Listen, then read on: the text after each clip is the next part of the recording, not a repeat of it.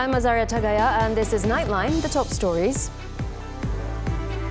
Malaysia raises alarm over US strikes on Iran, warns of escalating crisis in West Asia.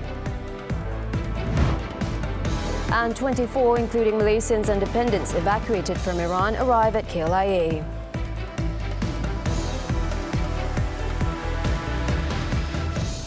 A total of 24 individuals, including Malaysians and their dependents, evacuated from Iran amid heightened tensions in the ongoing conflict involving the country and Israel, have safely arrived in Malaysia. Here's more from Nightline's Muhammad Nadir Azfar reporting from Kuala Lumpur International Airport, KLIA Terminal 1. Thank you, Azaria. I'm currently at the arrival hall of KLIA Terminal 1. And all 17 Malaysians have safely arrived from Iran following the Foreign Ministry's evacuation efforts. They include 9 embassy staff and 8 family members. They were part of a total group of 24 individuals evacuated from the conflict-stricken country. The group also included 5 Iranian nationals who are dependents of Malaysian citizens and another Iranian holding Malaysian permanent resident status. The evacuees were warmly welcomed upon arrival by the Foreign Ministry's Deputy Secretary General of Bilateral Affairs, Dato' Ahmad Rozian Abdul Ghani. Family members and friends were also present to greet their loved ones. Now, prior to this, the evacuees travelled by land on a long journey of approximately 13 hours to the Turkmenistan capital, Ashgabat, as Iran's airspace remains closed. From there, they boarded a Turkmenistan Airlines flight T5647 to Bangkok, Thailand, before transferring to Malaysian Airlines flight MH781, arriving at KLIA Terminal 1 just moments ago. Meanwhile, 13 individuals, including 5 Malaysian students, remain in Iran. In addition to the students, the group includes 6 residents, 1 Malaysian working there and a tourist. That's all the information I have for now. Back to you, Azaria, in the studio. Thank you, Nadir, for that report. Now, the Prime Minister has stressed that external interference, including by the United States, would only further aggravate the conflict between Iran and Israel.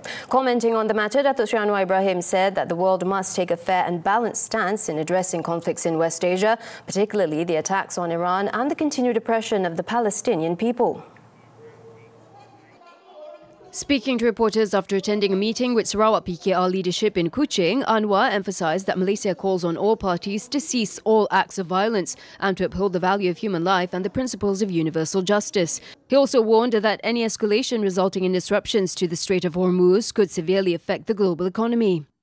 Di Gaza terus dibunuh, termasuk wanita, anak-anak. Mereka sekarang diserang Iran dan Iran memilih untuk lawan. Dan sekarang bila ada campur tangan daripada negara luar termasuk Amerika Syarikat akan lebih mengerohkan.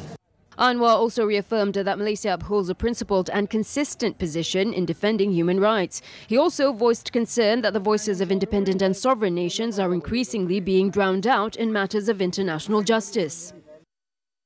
Sekurang-kurangnya ambil keputusan, hentikan keganasan ini. Maknanya, ya, jangan izinkan Iran tidak balas, tapi mengapa izinkan Israel bertindak begitu rupa? Meanwhile, Malaysia has expressed strong solidarity with Iran and condemned Israel's recent attacks, calling them a blatant violation of international law. Foreign Minister Datuk Sri Mohammed Hassan stressed that Israel has failed to uphold the principles enshrined in the United Nations Charter. Speaking at the meeting of foreign ministers of the Organisation of Islamic Cooperation, OIC, Mohammed Hassan urged member states to leverage their collective influence to prevent further escalation, warning that the ongoing tensions threaten regional stability and could carry widespread global implications. He added that the prolonged attacks have already caused civilian casualties and widespread damage to public infrastructure. Mohammed Hassan also called on the international community and the UN Security Council to take firm action against the Israeli regime, which he said is fueling continued conflict in the West Asia region. Now, Iran's retaliation against US involvement in its ongoing conflict with Israel could have significant repercussions on the global economy. Geostrategist Dr. Azmi Hassan believes that Iran must adopt a calculated and measured approach to avoid triggering further instability in the global economy. Hopefully, Iran will take a measured retaliation after U.S. Directly involved in bombing the 3 nuclear facility by not closing the Hormuz Strait, and Iran proxy, the Houthi from Yemen, will not create more trouble for the Red Sea. If that happens, the Strait of Hormuz close, problem in Red Sea, so the entire supply chain, especially oil from the Middle East to Asia, will be constrained, will be in trouble, will be retarded in this case. So it will not only affect China or South Korea, Japan, but it will also affect Malaysia in this case. So hopefully Iran will take measured retaliation in this case. In another development, Iran has condemned the United States for launching airstrikes on 3 of its nuclear sites, calling it a grave violation of international law and the UN Charter. Tehran on Sunday said it reserves the right to respond in self-defense, describing the attacks as quote-unquote lawless and criminal. Foreign Minister Abbas Araghchi called on all UN member states to denounce the strikes, warning of lasting consequences to global stability. Iran has also formally requested an emergency meeting of the UN Security Council, urging immediate action to hold Washington accountable. Earlier, the U.S. carried out airstrikes on 3 Iranian nuclear sites, marking a major turn in the widening conflict. President Donald Trump said the strikes were meant to prevent greater violence, but Iran's government said the attacks killed dozens and injured over 3,000, with no active weapons found at the targeted military facilities. Saturday's strikes devastated parts of Isfahan and Ahmadabad, destroying infrastructure and sparking widespread outrage. Hours later, Iran retaliated, firing a barrage of missiles toward northern Israel. One struck a residential building, while others were intercepted. As Washington digs in, diplomatic pressure builds globally, but with casualties rising, the path to peace grows more uncertain. Meanwhile, global leaders continue to call for restraint as fears grow that the conflict could spiral into a broader regional war. Saudi Arabia expressed great concern, urging the international community to seek a political solution to avoid further escalation. Japan also called for de-escalation, but said Iran's nuclear ambitions must be stopped without stating clear support for the strikes. Meanwhile, British Prime Minister Keir Starmer said that it was important to de-escalate the situation and return to negotiations following strikes by the United States on Iranian nuclear sites. France also called for restraint and a return to dialogue. The Sultan of Kedah, Al Aminul Karim Sultan Salihuddin Sultan Badli Shah, has expressed serious concern over the spread of teachings and ideologies that deviate from true Islamic principles. His Majesty said such matters could pose a threat to national security and urged the Kedah Islamic Religious Council, JHE-AIK, and other religious institutions across the state to take a more assertive yet prudent approach in curbing deviant teachings. Batik ingin memberi peringatan agar sebarang upasan agama, ceramah dan dakwah yang disampaikan hendaklah tepat agar tidak menimbulkan kekeliruan atau perpecahan di kalangan masyarakat. Sultan Salihuddin said this in his royal address during an investiture ceremony held at Istana Anak Bukit in conjunction with His Majesty's 83rd birthday celebration on Sunday. The ruler also pointed out that recognized and certified religious scholars, imams and preachers play a crucial role in guiding the community. His Majesty added that all parties must uphold sensitivity and mutual respect, especially within the context of a multi-ethnic and multi-religious society. Meanwhile, the Prime Minister has extended his warmest congratulations to Sultan Salihuddin in conjunction with His Majesty's 83rd birthday. In a Facebook post, Anwar also offered prayers for the ruler and the Sultana of Kedah, Sultana Maliha Tengku Arif, as well as the entire royal family, that they may always be blessed with divine grace and guidance and continue to enjoy good health, well-being and enduring sovereignty.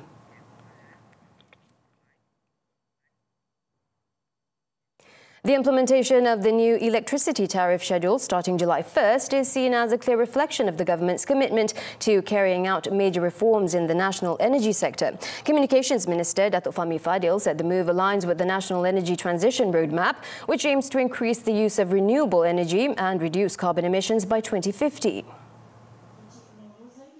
Fahmi stated that under the new schedule, 85% of domestic users will enjoy the same or lower electricity rates provided their monthly usage does not exceed 1,000 kilowatt hours.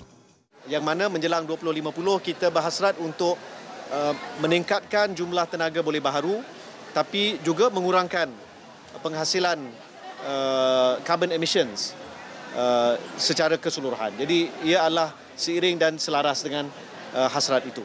Fahmi said this to reporters after attending the Kita Madani Carnival in the capital on Sunday.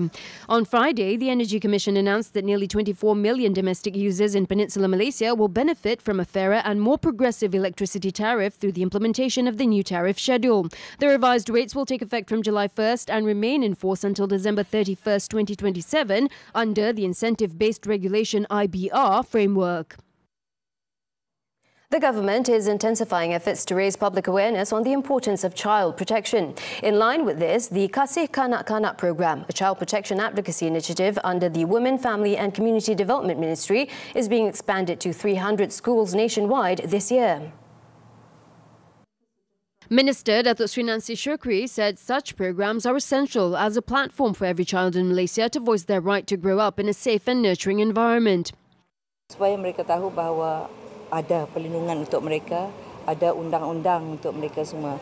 Masyarakat perlu tahu bahawa anak-anak juga mempunyai hak untuk hidup di bawah they have their own human rights lah sebagai manusia sejagat. She said this to reporters after officiating the Kasih Kanak-Kanak program for the Samarahan division in Sarawak on Sunday. She added that the initiative goes beyond legal aspects, focusing also on real-life issues within the community. It aims to raise public awareness on the appropriate actions to take in dealing with issues such as child abuse or neglect should they arise. Plantation companies will now be required to hire graduates from technical and vocational education and training or TVET programs before considering migrant workers. Plantation and Commodities Minister Datuk Sri Johari Abdul Ghani said the precondition aims to strengthen the development of local talent while gradually reducing dependence on foreign labour. Speaking after a ministry dialogue session in Kuala Kangsar, Perak, Johari said the policy ensures that Malaysians, particularly TVET graduates trained for the plantation sector, are given opportunities for both training and employment. Bila dia nak minta foreign workers, dia kena tunjuk kepada saya bahawa dia ada mengambil inisiatif untuk pelajar-pelajar lepasan SPM ni yang tidak ada tempat mana nak buat TVET, tapi kita dah train dia, lepas tu dia orang tak mau masuk, saya tak akan bagi foreign workers. Saya tidak akan bagi foreign, walaupun kerajaan telah meluluskan foreign workers untuk sektor peladangan, saya tidak akan bagi pasal dia tidak ada sumbangan kepada anak-anak tempatan. The ministry is targeting to train around 250 TVET students in plantation-related fields each year and place them according to industry demand. Johari stressed that Malaysia's ambition to attract more youth into the TVET path cannot be achieved if industry players continue to deny them opportunities. He expressed disappointment that many companies still refuse to employ young TVET graduates after their training, preferring instead to rely on existing workers without investing in upskilling or talent development. The Health Ministry is set to launch the Rakan KKM initiative in the third quarter of this year. Through this initiative, selected government hospitals will offer premium economy services aimed at enhancing patient experience while fostering a healthy competition with private healthcare facilities. As a start, Health Minister Datuk Sri Dr. Zulkifli Ahmad said 4 government hospitals have been selected to implement the initiative.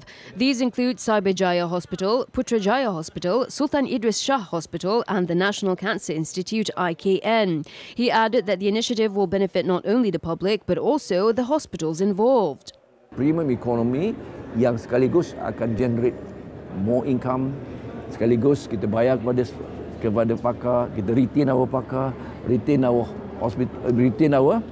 nurses, dan jangan lupa dengan revenue yang kita create, kita akan cross-subsidize our public facilities. Jadi kita bangunkan. A total of 40 public hospitals nationwide, with a combined capacity of 800 beds, have been identified to gradually participate in the Rakan KKM initiative. Through this effort, the public will be able to access specialist treatment at competitive rates, which will also help the ministry to address the issue of rising medical inflation. Dozens arrested in scam and e-waste crackdown. This and more after the break.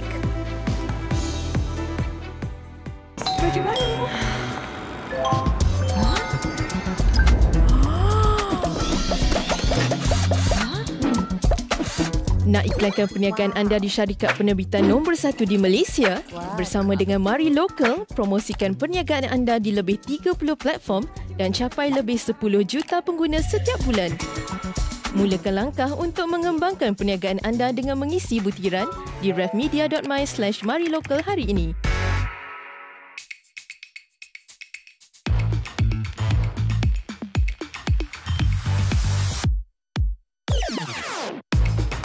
Sebagai suami tak berguna, sebagai bapa tak boleh pakai. Cukup! Sebab dia nak jadi manusia yang bertanggungjawablah semua benda ni terjadi. Ibu cakap ceraikan Syah. Ustazah, kau ni memang jenis bercakap tak tengok orang Nombor 1, saya bukan ustazah. Kau nak ugut aku, Aminah? Awak ingat awak seorang je kan yang boleh main ugut-ugut?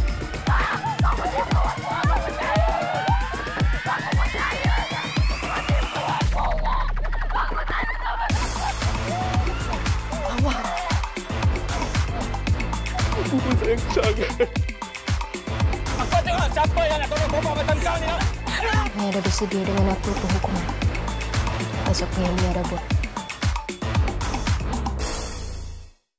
Panggil? Baik. Sekarang saya akan bagi keputusan trial kamu hari itu. Di tempat pertama. Please. Macam biasa. Alisha.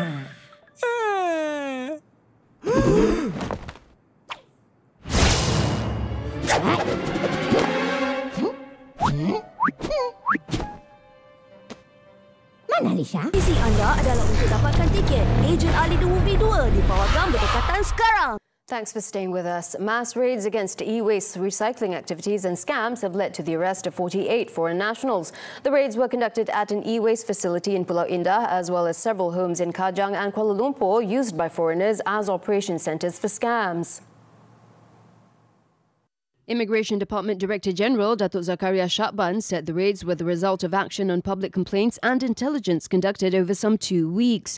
Checks led to the arrest of 39 foreigners, consisting of 4 men and 8 women from China and 27 Bangladeshi men. All were aged between 25 and 49. The raids at homes also led to the arrest of 9 more Chinese and Taiwanese nationals, including a 4-year-old child. All have been detained and placed at the Machap Umbu Immigration Depot for further investigation. 2 men were killed after the vehicle they were travelling in crashed into a tree in Klebang, Melaka early on Sunday morning. Upon impact, one of the victims was thrown from the car while the other was trapped inside the vehicle. A team of 8 firefighters was dispatched to the scene after receiving an emergency call at 6:51 a.m. and worked to extricate the victim, who was pinned in the wreckage. Both victims, aged 27 and 28, were pronounced dead at the scene by medical personnel. Their bodies were handed over to the police for further investigation.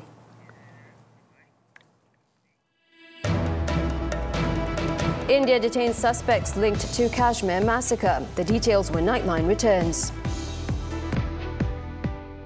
Sempena ulang tahun TV3 ke-41, projek dari layar ke lensa menampilkan barisan pelakon terkenal yang kini berada di kerusi pengarah. Jana Nik, Susu 5 Kupang.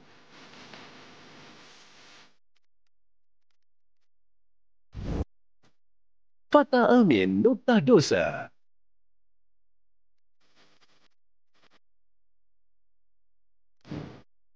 Siti Saleha, Rentak Dua Hati.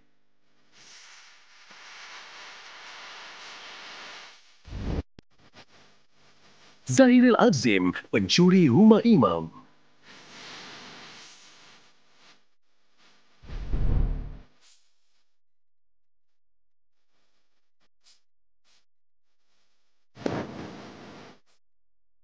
Akan datang di slot Cewek Lama TV3.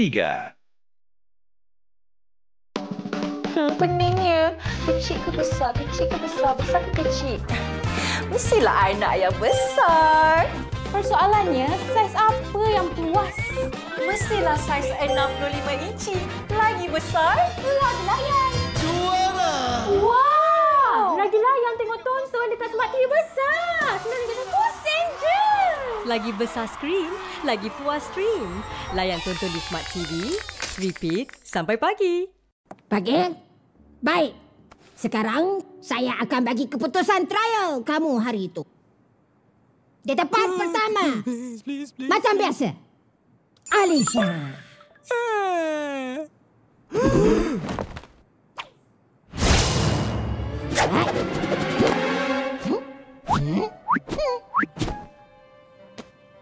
Mana Alisha? Misi anda adalah untuk dapatkan tiket Ejen Ali The Movie 2 di Pawagam berdekatan sekarang. Back with us on Nightline. India's counter-terrorism agency on Sunday said 2 men have been arrested in India-administered Kashmir for allegedly harbouring the Pakistani gunmen behind April's deadly attack on civilians. The National Investigation Agency NIA said the suspects were detained in Pahalgam. Investigators said the 2 men provided food, shelter and logistical support to the attackers, who had allegedly targeted victims based on their religious identity, primarily Hindu men. The suspects also revealed the identities of 3 individuals involved in the attack. According to the NIA, the gunmen were Pakistani nationals affiliated with a banned militant group. In other news, Thailand's Prime Minister Paetongtarn Shinawatra stood her ground on Sunday, insisting all coalition partners remain united behind her government. In a post on social media, the 38-year-old leader said her administration would focus on political stability and national security, despite mounting pressure over a leaked phone call with Cambodia's former leader, Hun Sen. However, after a high-stakes meeting, key allies, including the United Thai Nation Party, agreed to back her, at least for now. Meanwhile, activists have called for a mass protest on June 28th as opposition to her leadership continues to grow. At least 8 people were killed after a hot air balloon carrying 21 passengers caught fire and crashed in southern Brazil on Saturday. The accident happened around 8 a.m. local time when flames erupted in the balloon's basket mid-flight. The pilot attempted an emergency landing and 13 people, including the pilot, managed to jump to safety before the balloon rose back into the sky. But the fire quickly spread, consuming the balloon before it plunged to the ground. 4 victims were burnt to death, while 4 others died from injuries sustained during the fall. Authorities have launched an investigation as weather conditions were clear at the time.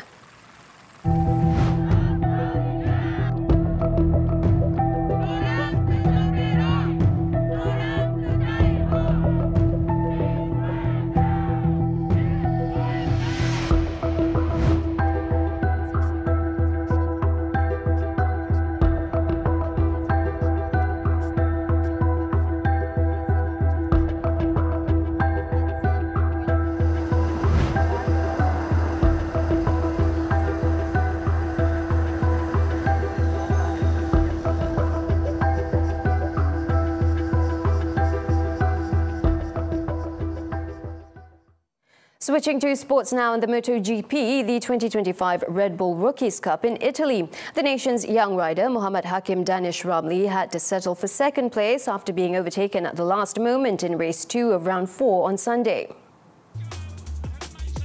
Muhammad Hakim, better known as Hakim Danish, started 5th on the grid and battled through a challenging race, ultimately missing out on victory by a mere 0.011 seconds to Indonesian rider Vida Pratama, who clinched the win with a time of 26 minutes and 44.347 seconds. Nevertheless, Hakim Danish's status as championship leader remains secure, having extended his lead by accumulating 148 points, well ahead of Spain's Brian Uriarte in second with 116 points and Vida Pratama in third with 92 points.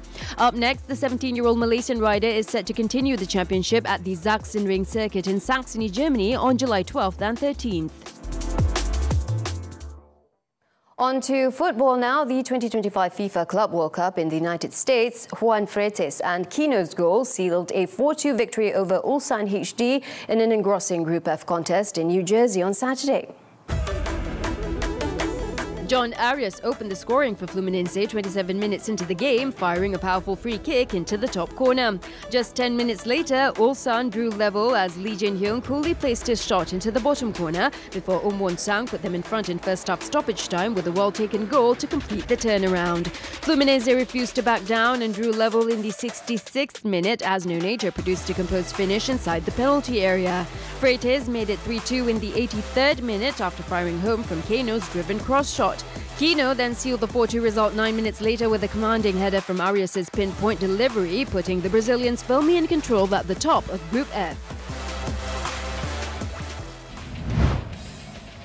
Earlier, in another Group F match, Borussia Dortmund held off a spirited comeback from Mamelodi Sundowns to secure a 4-3 victory and move closer to the knockout stages. South African champion Sundowns took the lead in the 11th minute, courtesy of a brilliant solo effort from Lucas Ribeiro. However, Sundowns goalkeeper Ronwin Williams handed Dortmund their equaliser on a plate 5 minutes later, passing the ball straight to Felix Mecha, who stroked home.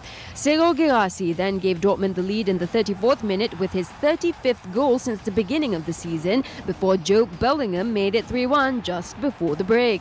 Kuliso Mudao's own goal then made it 4-1 before the hour mark. But Sundowns salvaged some pride by narrowing the deficit with goals from Ikram Reyners in the 62nd minute and Libo Matiba in stoppage time. Sundowns will still go into their final game in Group F with a chance of qualifying for the last 16. Turning to tennis, the 2025 Queen's Club Championships in the United Kingdom. In form, Carlos Alcaraz swept past fellow Spaniard Roberto Bautista Agut on Saturday to stretch his winning streak and set up a final against Czech Jiří Lehečka. The top-seeded Spaniard delivered a classy showing to sink countryman Bautista Agut 6-4, 6-4 and extend his winning streak to 17 matches. Alcaraz, who triumphed on his Queen's Club debut in 2023, is the third fastest man to reach 250 wins among players that began their career in the Open era. Earlier, Czech world number 30 Lehečka stunned Britain's Jack Draper to reach the final with a 6-4, 4-6, 7-5 victory.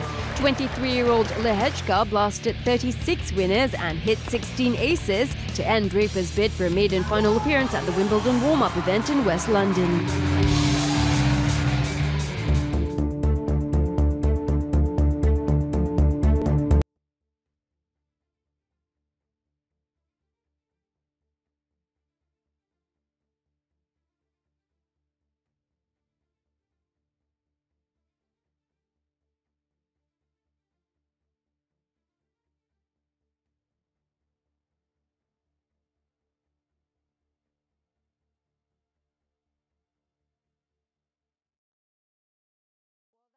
Nightline this time around. Before we leave, let's take a look as skaters of all ages take over the streets of Madrid, performing remarkable tricks to mark International Go Skateboarding Day. With that, I'm Azaria Tagaya. Thank you for watching, and we'll see you next time.